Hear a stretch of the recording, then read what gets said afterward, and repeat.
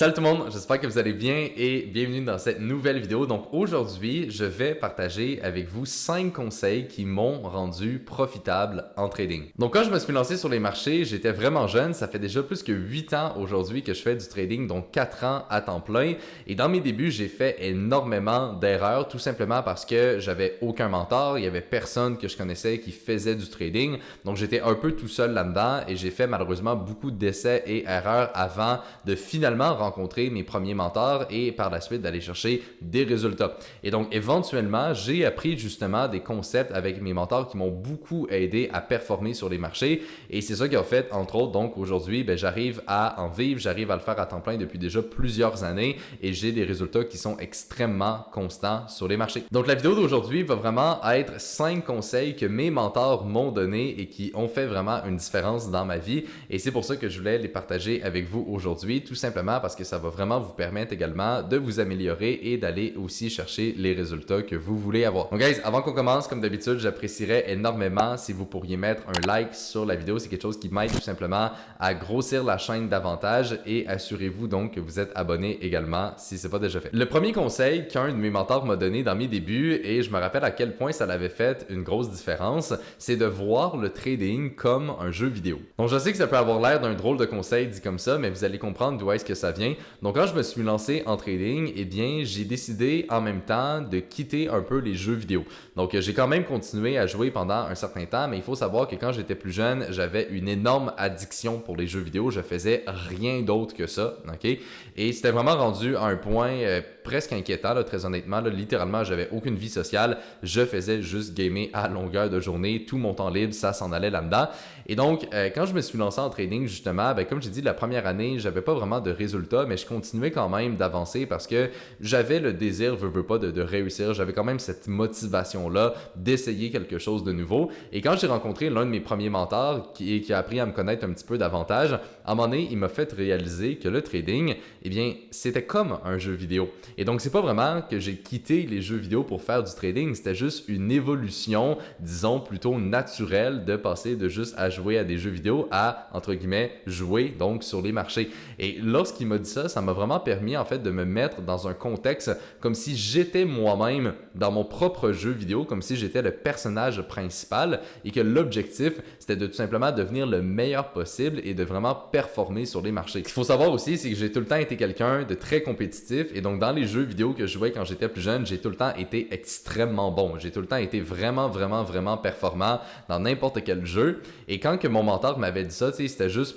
quasiment une blague quand il me l'avait dit, mais ça m'avait vraiment en fait impacté. J'étais vraiment dans un état d'esprit de me dire, ok, je pourrais juste prendre la détermination puis la rigueur que j'avais dans mes jeux vidéo et le mettre dans mon trading. Parce qu'au final, il y avait quand même, veux pas, des similitudes. C'est-à-dire que j'ai tout le temps aimé être devant un écran. Je sais pas pourquoi, ça m'a tout le temps attiré, même quand j'étais plus jeune. Et donc là, je me suis dit, je vais juste mettre ce temps-là et mettre ces efforts dans le trading pour réussir.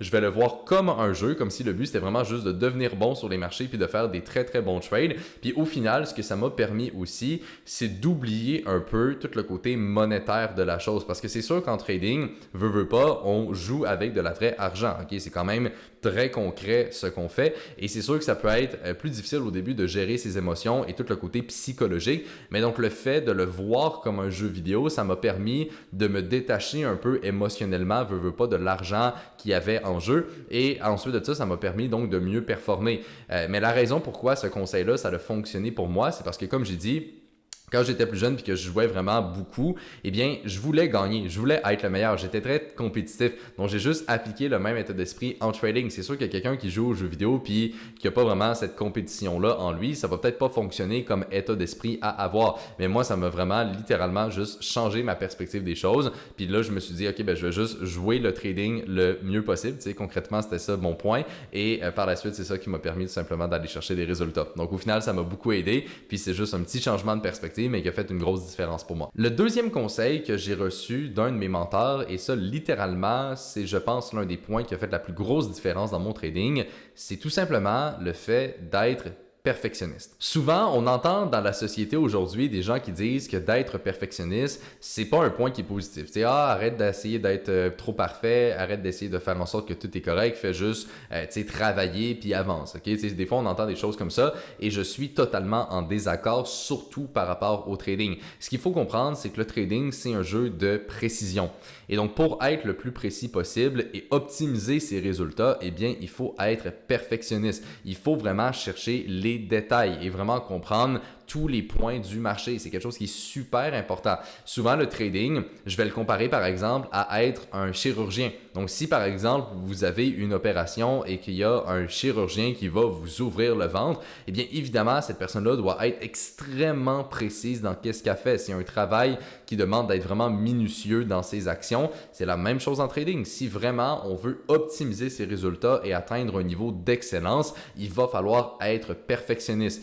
Et juste pour être extrêmement clair aussi dans mes propos, quand on dit être perfectionniste, ça ne veut pas dire de tout le temps faire de l'argent et de ne pas avoir de pertes. Okay? Les pertes, ça fait partie du jeu. C'est totalement normal. Donc, il n'y a aucun problème en soi par rapport à ça. Mais c'est vraiment donc le fait de tout le temps chercher à optimiser ce qu'on fait, tout le temps chercher à améliorer ses processus et à se rapprocher de la perfection. Évidemment, on ne sera jamais vraiment parfait parce qu'on est tous des êtres humains et c'est encore une fois totalement normal. Mais il faut être dans une quête perpétuelle de se rapprocher de cette perfection et je vous le dis, ça fait une énorme différence parce que vous allez juste le faire donc beaucoup plus sérieusement. Ça va vous permettre d'optimiser tous les petits processus dans votre trading et au final, ça va faire une énorme différence entre vous et la plupart des gens qui ne font pas vraiment ces efforts supplémentaires. Donc littéralement, au fil des années, surtout à cause de mes mentors, je suis devenu quelqu'un d'extrêmement perfectionniste, que ce soit dans mon trading, mes business, ma vie personnelle, bref, peu importe, je suis extrêmement perfectionniste dans tout ce que je fais, tout est calculé, tout est organisé. C'est un peu extrême pour être honnête avec vous, mais j'ai tout le temps été comme ça. Quand je fais de quoi, je le fais à 110%,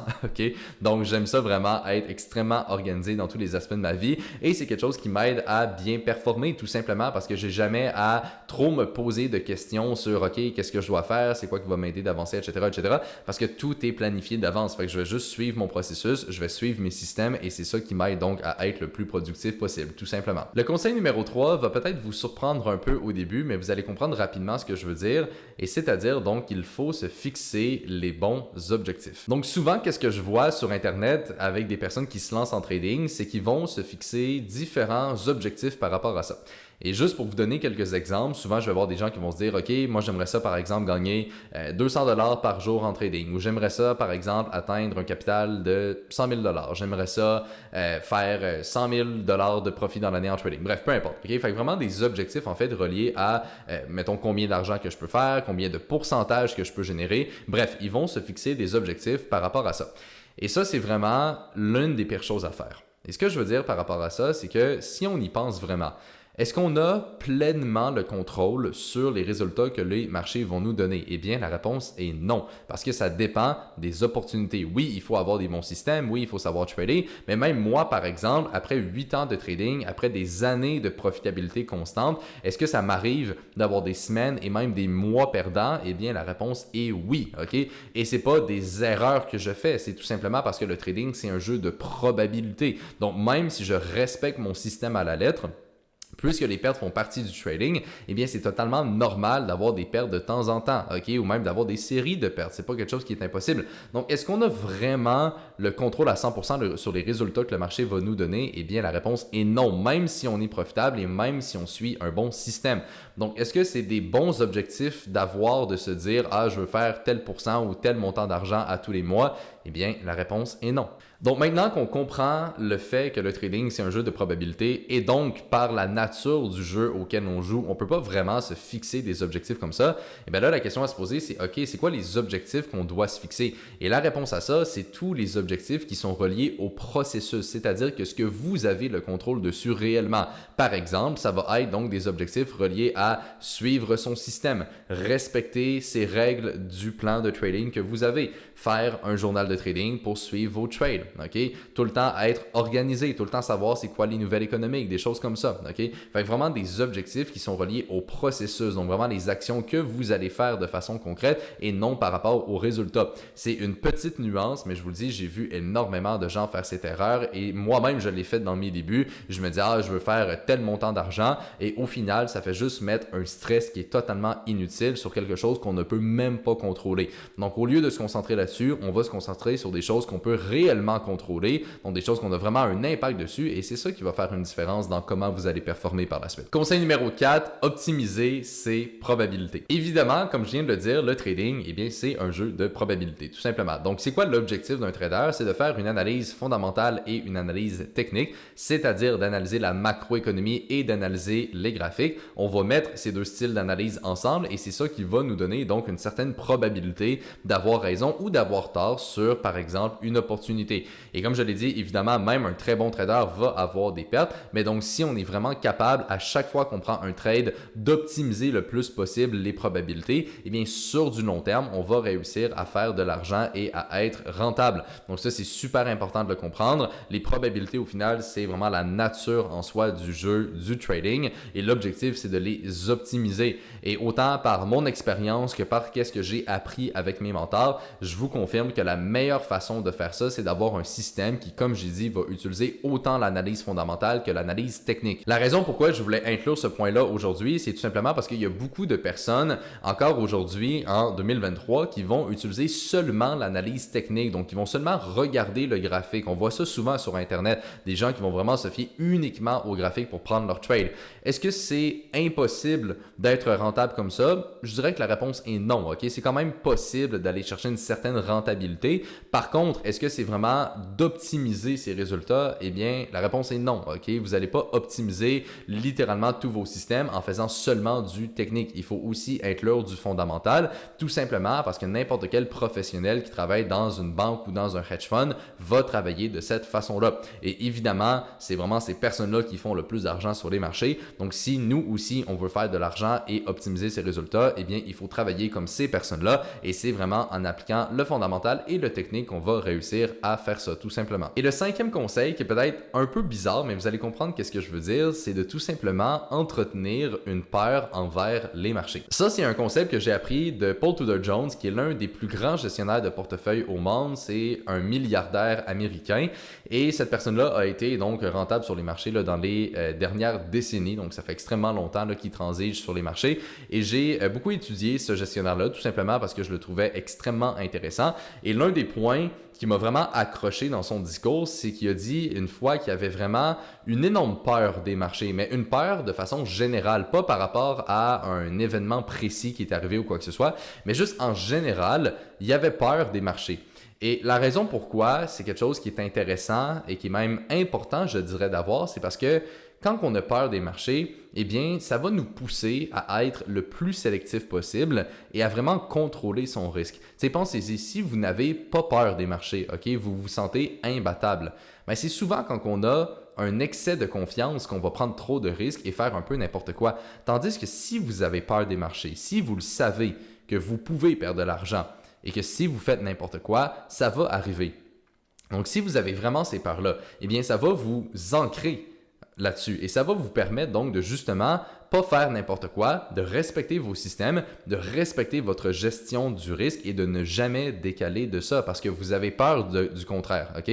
Donc, c'est vraiment cet avantage-là que ça donne d'avoir une telle mentalité. Puis quand il l'avait expliqué comme ça, j'étais comme « Waouh, c'est vraiment, vraiment puissant comme façon de penser. » Puis j'ai tout le temps réfléchi de la sorte là, par la suite. Donc, moi-même sur les marchés, je vous dirais que j'ai souvent un peu peur de qu'est-ce qui peut se passer. C'est-à-dire que je vais tout le temps penser au pire. Qu'est-ce que je peux perdre? C'est quoi mon risque? Et ça, c'est vraiment important de réfléchir comme ça et non d'être trop confiant puis de se dire que ah oui, je vais gagner mes trades, je vais faire de l'argent, C'est vraiment important de changer complètement d'état d'esprit et de passer plus du côté de la peur. Je sais, c'est un petit peu bizarre dit comme ça, mais pensez-y, ça fait vraiment du sens et moi, c'est quelque chose qui m'a énormément aidé dans mon trading. Et évidemment, tu sais, quand on dit avoir peur des marchés, ça veut pas dire d'avoir aucune confiance, là. C'est pas ce que je dis. Oui, il faut être confiant dans son système pour justement être capable de le respecter aussi, mais il faut pas avoir une confiance qui est exagérée, puis il faut pas non plus avoir avoir des peurs qui est exagérée. T'sais, il faut avoir un peu les deux en même temps. Puis je sais que c'est des concepts qui vont se contredire en soi, mais concrètement, c'est ça pareil. T'sais, moi, dans mon trading, j'essaie d'être quand même confiant, c'est-à-dire que je sais que mon système fonctionne, donc je vais juste le suivre, je vais le respecter, puis je vais pas trop m'en faire avec les hauts et les bas peut-être que je vais avoir là, sur du court terme. Par contre, en même temps, j'ai dans le fond de ma tête la peur que je sais que si je fais n'importe quoi, je vais perdre de l'argent puis ça va mal aller. Fait que c'est d'avoir un peu les deux idées en même temps. Puis moi, personnellement, c'est vraiment quelque chose qui m'a beaucoup aidé là, à bien performer. Donc voilà, ça c'est les 5 conseils que je voulais partager avec vous aujourd'hui. J'espère tout simplement que ces conseils vont vous aider à vous améliorer et à tout simplement aller chercher les résultats que vous voulez avoir dans votre trading. Donc guys, si vous avez apprécié la vidéo, n'oubliez pas d'y mettre un like et là-dessus, je vais tout simplement vous retrouver dans ma prochaine vidéo.